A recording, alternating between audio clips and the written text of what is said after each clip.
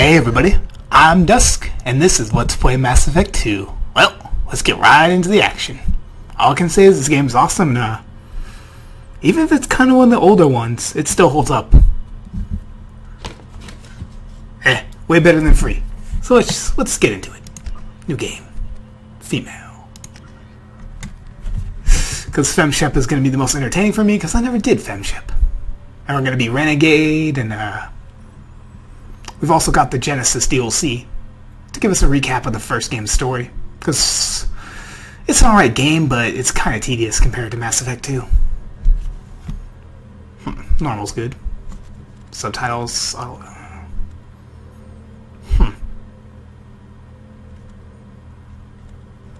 that seems sound to me. EA presents.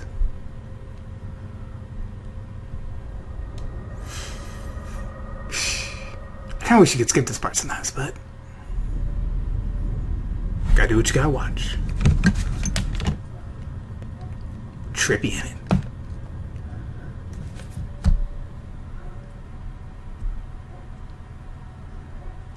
Shepard did everything right. More than we could have hoped for. Commander Shepard uncovered the truth. And still, it's not enough. We're at war. No one wants to admit it, but humanity is under attack. Martin Sheen? But they're sending her to fight Geth. Geth? We both know they're not the real threat. Okay, this shift tab thing needs to go away. Sorry about that, folks. That was unprofessional of me. The Council will never trust Cerberus. They'll never accept our help, even after everything humanity has accomplished. But Shepard, they'll follow her. She's a hero, a bloody icon. Oh yeah. But she's just one woman. Pretty if we much. lose Shepard, humanity might well follow. Then see to it that we don't lose her. Whoa, what happened to your eyes? And here's kind of a recap. A little mini recap, but not the main recap. The Starship Normandy to wipe out all remaining Geth resistance.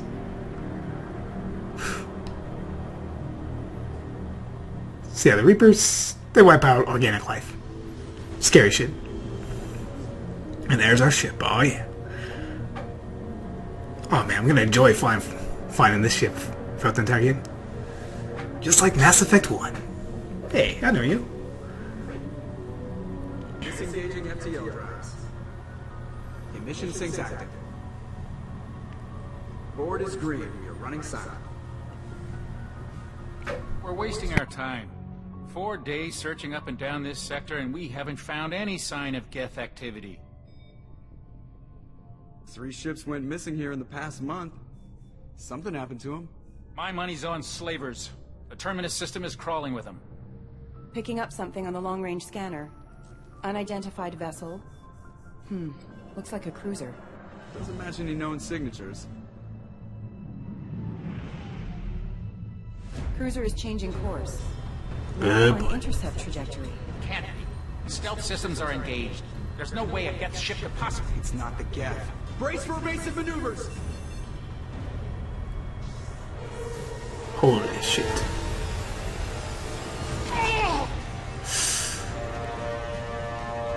Presley! Kinetic barriers down. Multiple hull breaches. Weapons offline. Somebody get that fire out. No. Be a miracle if anyone survives.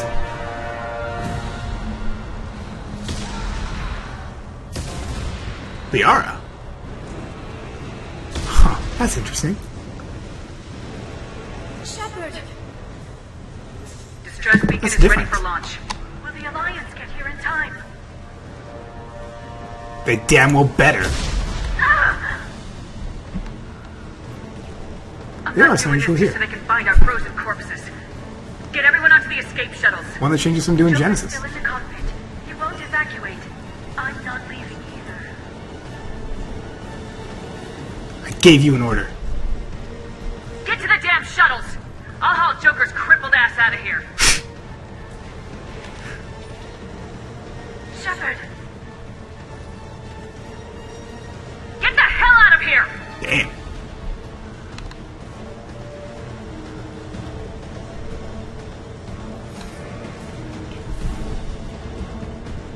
Everybody in! Go, go, go! Oh,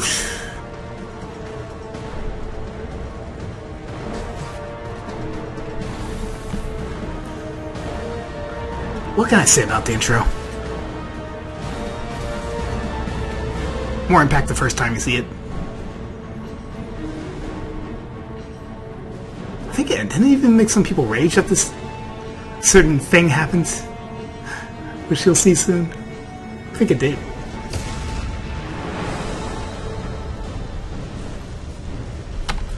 For me, it doesn't make me rage because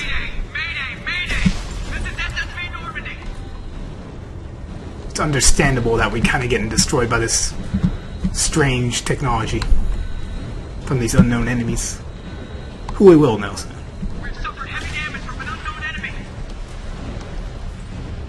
Come on, baby, hold together. Hold together. While you do have control here, it's not much you can do except get to Joker and get him out of here. And you can't do this any faster because oxygen in here is sketchy. Hence we're hearing the breathing. Oh my goodness, Joker.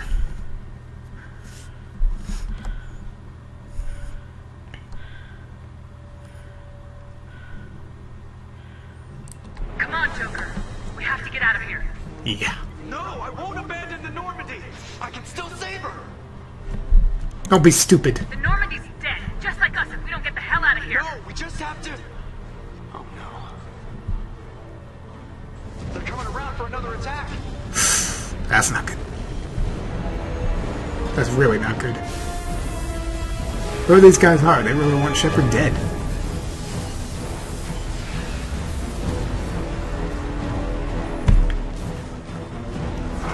Watch the arm.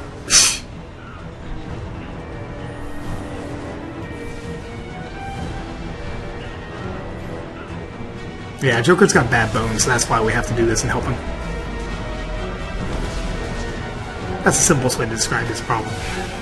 Commander! Shepard! This is the moment that makes people rage.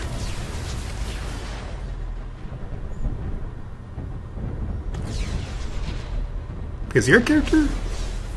Well...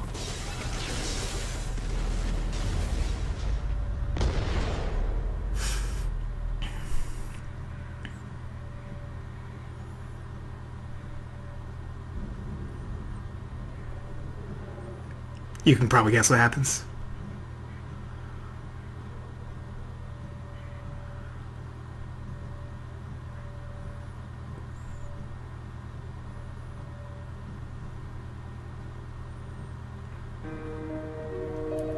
Effectively dead.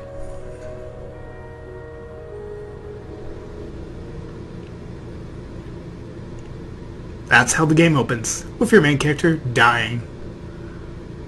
That's pretty cool, though.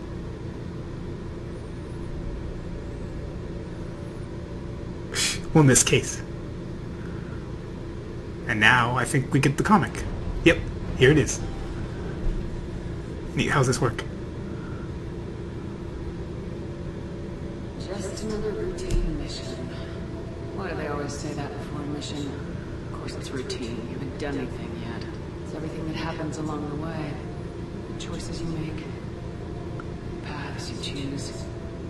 Turn the routine to anything but. Of course, that's how it started. Routine mission. Answering a distress call. And look where that got me. We were testing out the Normandy, Captain Anderson's new ship, when the distress call came in. An Alliance patrol on Eden Prime had been attacked. They'd seen something they couldn't explain. Whatever it was. Yep, this is a recap of the first game's plot. With my lieutenant, Kate Malenko. Good kid, loyal, by the book, with talent for biotics. We came across the lone survivor of the patrol, Gunnery Chief Ashley Williams. A soldier to the core, tough, disciplined, ready to take on whatever came her way. Ashley joined up with us, took us to the spot where she lost her squad. That's when we saw it. The ship. Like nothing I'd ever seen. This was massive, scorching the colony and everything around it as it blasted away. We followed the path of destruction to an artifact, a beacon left by a long-dead race called the Protheans. The colony had dug it up, and whoever attacked them had tried to take it. Lieutenant Alenko made the mistake of getting too close. It hit him with some type of energy. I grabbed him and threw him out of the way. That's when it hit me. Hard. Every muscle in my body went rigid. I couldn't move. Could barely breathe. Everything went black. And then I saw something. Vision. Dream. A nightmare. By the time I woke up, we were halfway to the Citadel on our way to meet the Council. I was expected to explain what I'd seen. Anderson came along. So did Udina, our political representative on the Citadel. With those two heavyweights, it seemed reasonable we could persuade the Council that the ship we'd seen was a potential threat. As was the individual behind the attacks. Freaking Udina. I hate that guy. The main suspect for the Eden Prime massacre was a Turian Spectre named Saren. He'd been seen by one of the survivors from the colony at Eden Prime, and there was some evidence to suggest that the ship was connected to Saren. But even Udina's pointed accusations weren't enough to convince the Council. They just couldn't believe one of their chosen elite Spectres could be guilty of something like that. Wow. They needed proof, which meant I needed proof. Fortunately, I wasn't alone in my search. Garrus, another Turian, wanted help. A top agent for Citadel Security. Despite orders from his superiors that he shouldn't get involved, he told me he was suspicious of Saren and he had some useful leads. More importantly, he was willing to share them. That led me to Rex. The biggest and nastiest looking Krogan bounty hunter I'd ever seen. He turned out to be more than just a brute. It was his intel that led us to a fugitive with incriminating evidence on Saren. Rex is my favorite. The fugitive turned out to be an energetic little warrior named Tali. A tech expert with a knack for hacking. She procured some information on Saren. Evidence that proved Saren was dirty. Tali's evidence proved that Saren was responsible for the massacre on Eden Prime, and that the immense warship we'd spotted was in fact Saren's flagship. But it went much further. Saren was trying to find a way to bring back a race of sentient machines from dark space. Machines allegedly responsible for cleansing the galaxy of all organic life. Damn. These Reapers were blamed for wiping out all life 50,000 years ago, including the Protheans, then disappearing back through the mass relays to dark space, leaving no trace that they'd ever been. That explained why Saren was after the beacon, and it made some sense out of my visions, but not much else. I couldn't convince the Council that the Reapers were a threat, but they agreed Saren had to be stopped. They stripped him of his Spectre status and gave me the honor of becoming the first human Spectre. My first task? Bring down Saren. Anderson decided to stay behind, giving up his ship, the Normandy. He told me I'd need it more than he would. He also Anderson's pointed awesome. me in a direction. Liara, a Prothean expert, adept in biotics, and maybe most importantly, We know her. daughter of Venezia, Saren's top lieutenant. And like most Asari, as beautiful as she is intelligent, and born with a unique ability to meld with other species, Liara was able to help me decipher some of the vision the beacon had given me. Nothing concrete, but it gave me some clues. And a new appreciation for the Asari. Her technique for accessing my vision was unexpected, but not at all unpleasant. Caden was a little concerned about the connection I shared with Liara. As commander, I knew that either relationship had the potential to interfere with the mission. Here's our first choice, folks. Who do we romance? As femship, you'd only have two choices. Kaiden's kind of boring. Liara, I'm not going lesbian. The mission comes first. I decided discretion was the better part of valor, and kept my focus on our goal, finding Saren. Hell yeah. Thanks to Liara's help, we had our next lead, Venezia. Saren had taken her to Novaria, where he enslaved the queen of a dangerous race of insect-like creatures, the Rachni. He ordered Venezia to use the same technique Liara had used on me to extract information from the Rachni queen. Queen's drones were everywhere, and they were not happy. We had to fight through hundreds of them to get to Venezia. By the time we arrived, Saren was gone, with the information. I tried to reason with Venezia, but Saren had indoctrinated her. He'd somehow acquired the ability to control people's actions and wills. Venezia wouldn't surrender, and Liara was forced to watch her mother die in her arms. And I was left with an angry, dangerous Rachni queen to deal with. She claimed her drones would do no harm if I released her. The Rachni had terrorized the galaxy before. It was a hard choice, but let's save the queen. Couldn't do it. I wouldn't doom an entire species for past sins. And the queen was true to her word. She left and took her army of drones with her. Seems like a good choice. With Saren's top lieutenant dead, he was quickly running out of time and places to hide. I tracked him down at his base on Vermeer. But we soon learned it was more than a base of This part, operations. oh man. It was a breeding ground. Saren was breeding an army of Krogan. He'd found a cure for the genophage, a disease inflicted on the Krogan to prevent them from breeding and taking over the galaxy. The Krogan Saren was breeding were slaves. Mindless beasts that obeyed Saren's will. I had to destroy the base and all its research. Rex disagreed. Violently. Rex wanted the genophage cure for his people. I tried to convince him to help me destroy it, that these Krogan weren't real. But he wouldn't back down. We're not killing Rex. Rex is awesome. Easy choice. What are we talking about? Apparently Rex is smarter than he looks. He realized this wasn't the way to help his people. And that Saren was the real threat. Yep. There we go. When we finally got to the center of the base, I realized just how close Saren was to completing his plan. He was already in communication with the Reapers. Sovereign, Saren's flagship we'd all assumed was just a ship, was a Reaper. Oh shit. It spoke to me, threatened me. I could feel the menace it had for every living thing. It wanted me dead. It wanted us all dead. And I knew it was capable of doing just that. What I couldn't understand was why Saren would help it. But there was no time to think about it. Sovereign knew where we were. We had to destroy the base and get the hell out. I split my team into 2 squads, sending Ash with one and Caden with the other as a distraction. We had a nuke and we planned to use it. Before we could detonate the bomb, Saren showed up. We fought. I stalled him to make time for my team. And in talking to him, I realized the truth. It wasn't Saren who was indoctrinating everyone. It was Sovereign, the Reaper.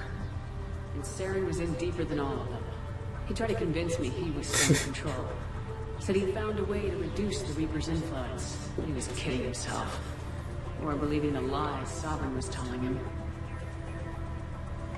Before I could convince him to stop, he ran, leaving me just seconds to extract my squad mates. I tried. It wasn't fast enough. I could only save one of them. Well, we got Miss Ashley, a racist over here. Kaiden is just kind of boring. I like Kaiden better, but I chose him last time. Let's see what happens if we save Ashley. I might regret this. He was a good man and a great soldier. But I had to choose, and I chose Ash.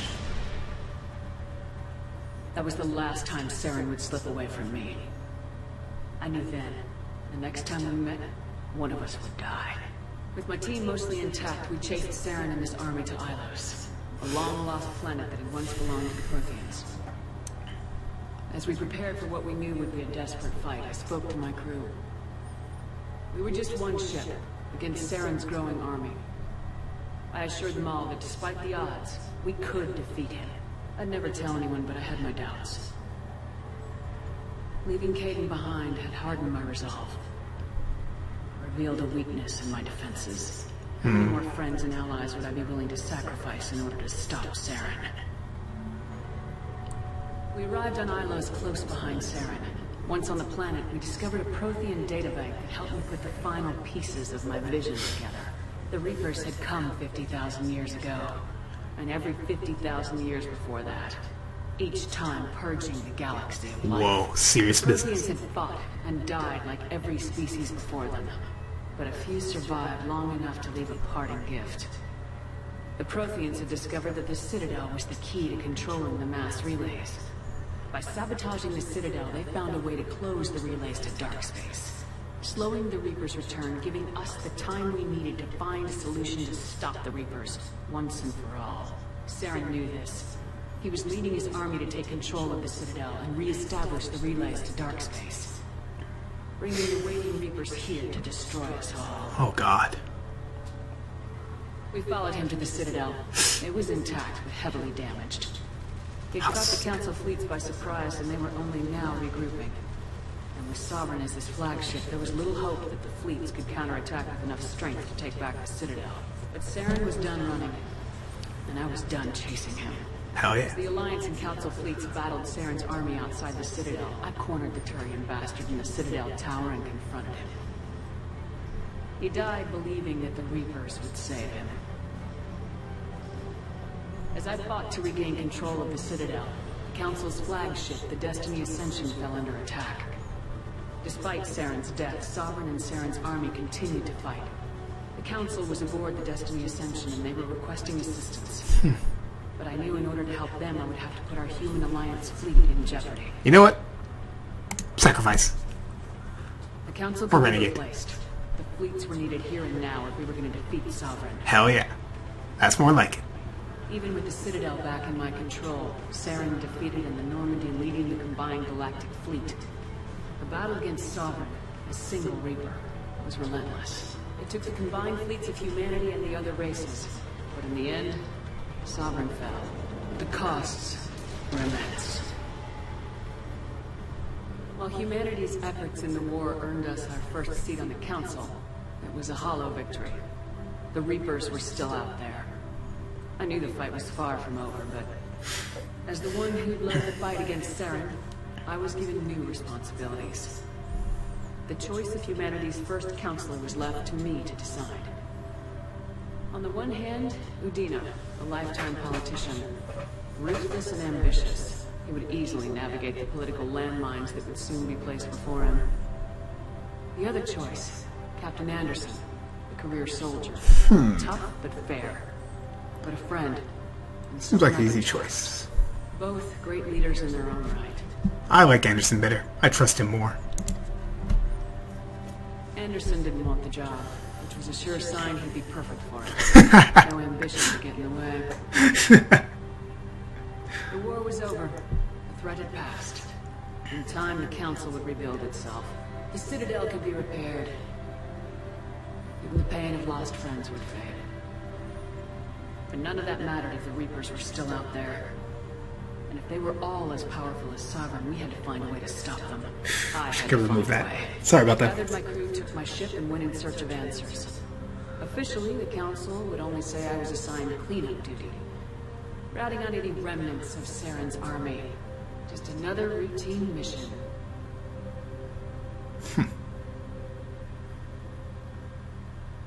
Or so was thought to be. And now this. This sequence is pretty neat.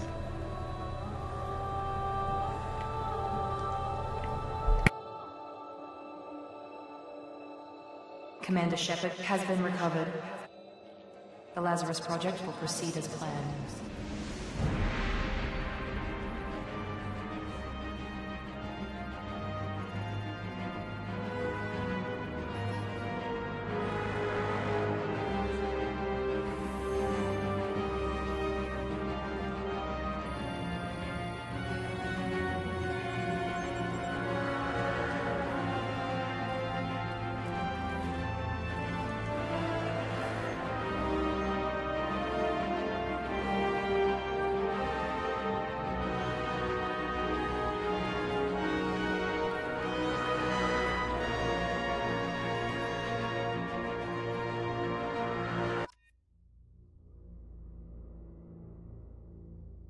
Died technically, but But we're back in action. Anyhow, we're gonna call this an episode, though. I'm gonna split it here. So yeah, I know I didn't talk much in that, but I was just setting up letting the story proceed. So yeah, hopefully that was a nice recap for all of you who never played the first game, or maybe they just wanted to see the choice that I'd make. Anyhow, well, see you next time on Let's Play Mass Effect 2, when we really get into the action and really start playing. Have a good day.